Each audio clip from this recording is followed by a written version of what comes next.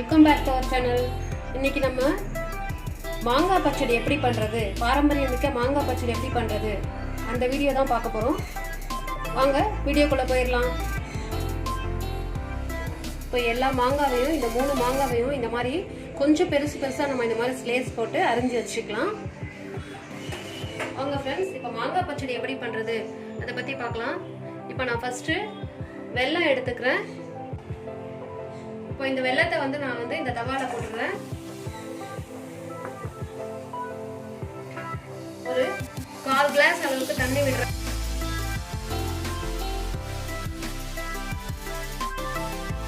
இந்த வெல்லம் நல்லா கரையட்டும்.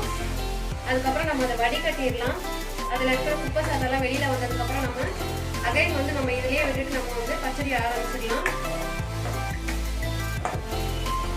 இப்போ பாருங்க, இந்த அளவுக்கு எல்லாமே உங்களுக்கு ஃபுல்லாக மெல்ட் ஆகிடுச்சு. இப்போ நம்ம இதை ஆஃப் பண்ணிவிட்டு இதை வடிகட்டிடலாம். நான் வடிகட்டிட்டு உங்களுக்கு காமிக்கிறேன்.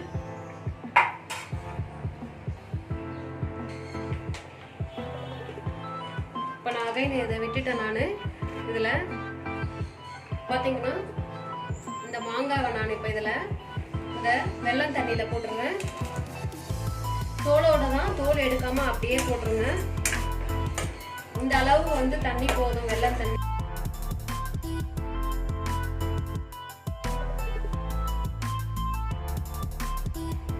எடுத்து வச்சிருக்கேன். இந்த பச்சை மிளகாவை ஒரு 4 பச்சை மிளகாய் வச்சிருக்கேன். இதையும் போட்டுடலாம்.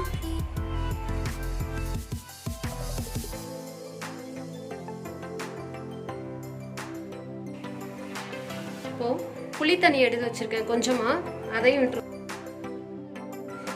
கொஞ்சமா சால்ட் போட்டுடலாம்.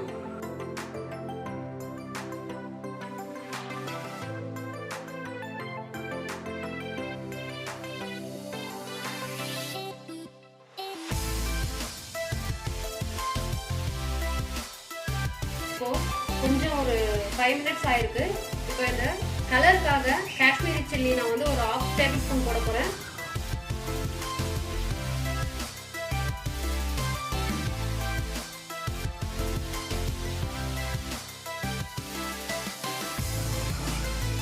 இது எல்லாமே போட்டு நம்ம இப்படி கலரி விடும் போதே அதனுடைய வாசம் ரொம்ப நல்லா வர ஆரம்பிச்சிடும்.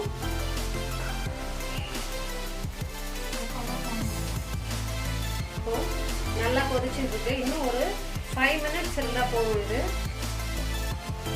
உங்களுக்கு அந்த வெல்லம் தண்ணி, புளி தண்ணி, பச்சை மிளகாய், சில்லி இதோட எல்லாம் சேர்ந்து இப்போ நம்ம ஏலக்காய் பொடி போட்டுடலாம். இதுல அதோட ஃப்ளேவரும் சேர்ந்து வந்துடும். கொஞ்சமா ஏலக்காய் பொடி போடுறேன். கடைசியா நம்ம வேப்பம்பூ சேர்த்துக்கலாம். வேப்பம்பூ கொஞ்சமா தான் சேர்க்கணும். ரொம்ப சேர்த்தோம்னா கசந்துடும் அது.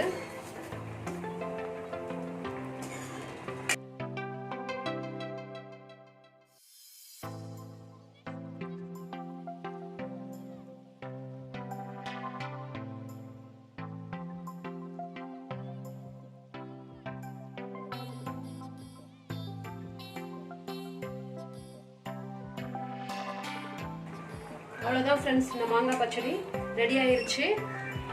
இதுக்கு சில பேர் தாளிச்சு கொட்டுவாங்க. அது பண்ணாமையே இது நல்லா இருக்கும். அது விருப்பப்படுறவங்களும் அது பண்ணலாம். நல்லெண்ணெயில் தாளிச்சு, கடுகு உளுத்தம் பருப்பு தாளிச்சு இதில் விடுவாங்க.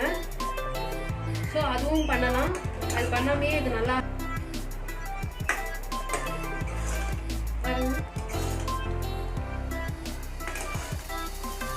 பச்சை மிளகாவோட ஃப்ளேவர், வேப்பம்பூவோட ஃப்ளேவர் எல்லாமே சேர்ந்து, வெல்லம் புளி எல்லாம் சேர்ந்து உங்களுக்கு ஒரு நல்ல ரிச் லுக் கிடைச்சிருக்கு பாருங்க. நீங்களும் வீட்டில் ட்ரை பண்ணி பாருங்க ஃப்ரெண்ட்ஸ். ட்ரை பண்ணிட்டு ஃபீட்பேக் பண்ணுங்க. இது வரைக்கும் என்னோட சேனலை இப்போ தான் ஃபர்ஸ்ட் டைம் பார்க்குறதா இருந்தால் என்னோட சேனல் சப்ஸ்கிரைப் பண்ணி பெல் பட்டன் கிளிக் பண்ணி ஆல் கொடுங்க. அப்போ தான் நான் போடுற எல்லா வீடியோவும் உங்களுக்கு நோட்டிஃபிகேஷனில் வரும். லைக் பண்ணுங்க, கமெண்ட் பண்ணுங்க. நெக்ஸ்ட் வீடியோவில் சந்திக்கலாம். தேங்க்யூ.